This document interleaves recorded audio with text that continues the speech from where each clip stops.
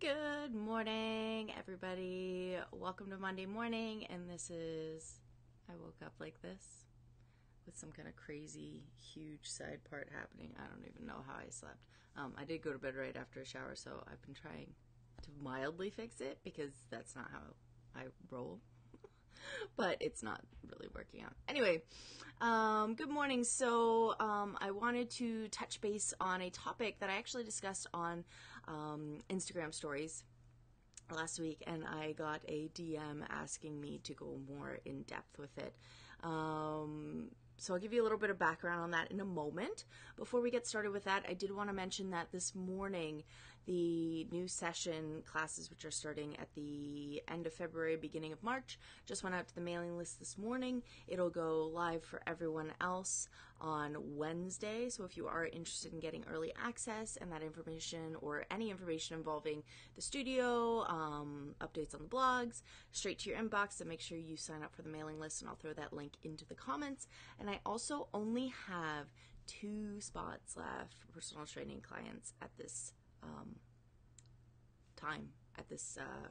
time and space. So if you are interested at all in personal training, you can also book your free goal and mobility assessment by heading over to the website at bodymindfitness.ca.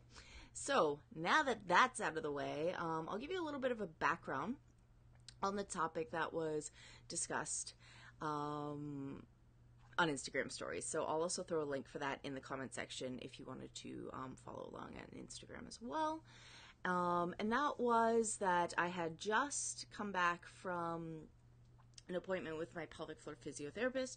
I have decided to start doing this yearly since having children. And when I booked the appointment, which was very far in advance, I was feeling no signs, no symptoms of anything pelvic health related. Flash forward to December when the cold ran rampant through our household, and I ended up with a cold that lasted, I would say, about 2 weeks, with some pretty intense coughing sessions. Which led to me having some experiences with leaking. So there it is. I'm putting it out there. So definitely a great time. It just worked out that way for me to be going to see my pelvic floor physiotherapist. And I got some advice from her. So now that I think back, I'm assuming that the question was to go more in depth with the cold situation, but I don't know if it was the other situation as well. So maybe I'll just speak briefly on the other one at the end. So I'll start off with the cold and flu one. So I put a disclaimer in the comments that this is what I was told to do personally. So I got an exam done. We had a picture of what's happening with me pelvic health wise, which a lot of it was due to the cold. So make sure that you take this with a grain of salt. You go see your own pelvic floor physiotherapist to find out what is going on. But what happened with me personally is because of the cold and all the coughing, it brought a lot of weakness into my pelvic floor. So the first thing I did before anything else was a whole lot of rest, as much as humanly possible, because life is busy. Whether you're a mom, you've got little ones, older ones, life is busy for all of us. So do your best to take rest, even if that means taking a little bit of extra time off from your physical activities, whether it's the gym, classes, more like high intensity stuff, just to give yourself a chance to kind of recover that strength through your pelvic floor. So rest is super important. But what I was told is after I get, again, this is for me, I get a cold, that I should spend some time doing a 75% Kegel as my pelvic floor exercises. And this will just help to reintegrate that natural strength, that kind of natural reflex that my body is meant to have when it's anticipating movements. So just a 75% Kegel. I am very seldomly asked to do a full-on Kegel. And keep in mind as well that when it comes to, pelvic health, there are times where strength is not what you need. There are times where things are a little bit too tense, and I've actually worked with probably equal amount of people who are too tense in their pelvic floors that have weakness in their pelvic floors. So again, it's great to just go even once to a pelvic floor physiotherapist to check that out.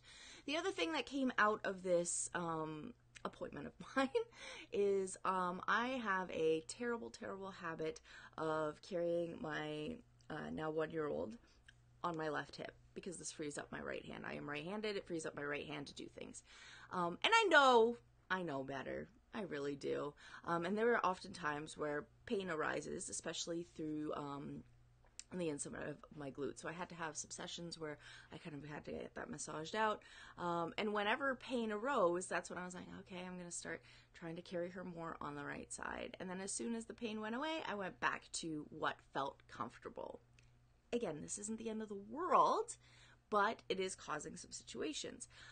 Without going into too much of the science of it, basically, we have a sling through the front of our body, and I am experiencing a lot of weakness currently. So even though I carry her on the left side, it is the right side of my abdominals that are kind of firing up properly. So, for instance, when I do the D raises over the hips that for those of you who take class with me, we have done in classes before, it is I'm trying to think, left, right. It is my right knee that has a lot of trouble getting up. So my homework for that, which is mind-boggling to me, I feel like I always learn something new coming out of these appointments, is to actually hold a 2-pound weight up in the air in my left hand. So just like I am walking around regularly with the left side of my body loaded, holding this 2-pound weight in my left hand as I'm performing those knee lifts. And then gradually backing that weight down. So again, I cannot emphasize this enough. This is for me personally.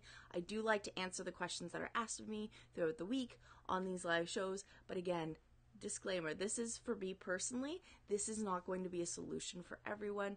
But I did want to answer that viewer, I guess. I was going to say listener, but viewer direct message and let you know that that's what's up. So, cold and flu season totally weakens the pelvic floor. Take the time to rest, and 75% Kegel, not a full one.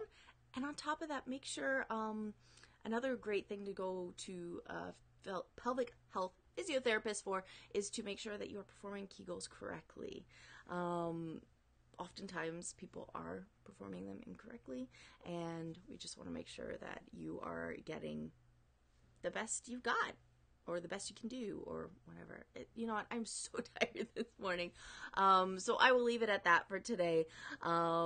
If there is anything else that you would like to talk about, or anything that you need a little bit more in-depth detail about in terms of that, I feel like I spent most of this episode saying, hey, this is my prescription, this is my what's going on with my body, because I do want to emphasize that in case somebody jumped ahead forward in it, and I do want to mention that. So I'll throw all those links into the comments, but if you have any other questions, comments, concerns, let me know in the comments. If any of this resonated with you, even just toss me an emoji in there and let me know.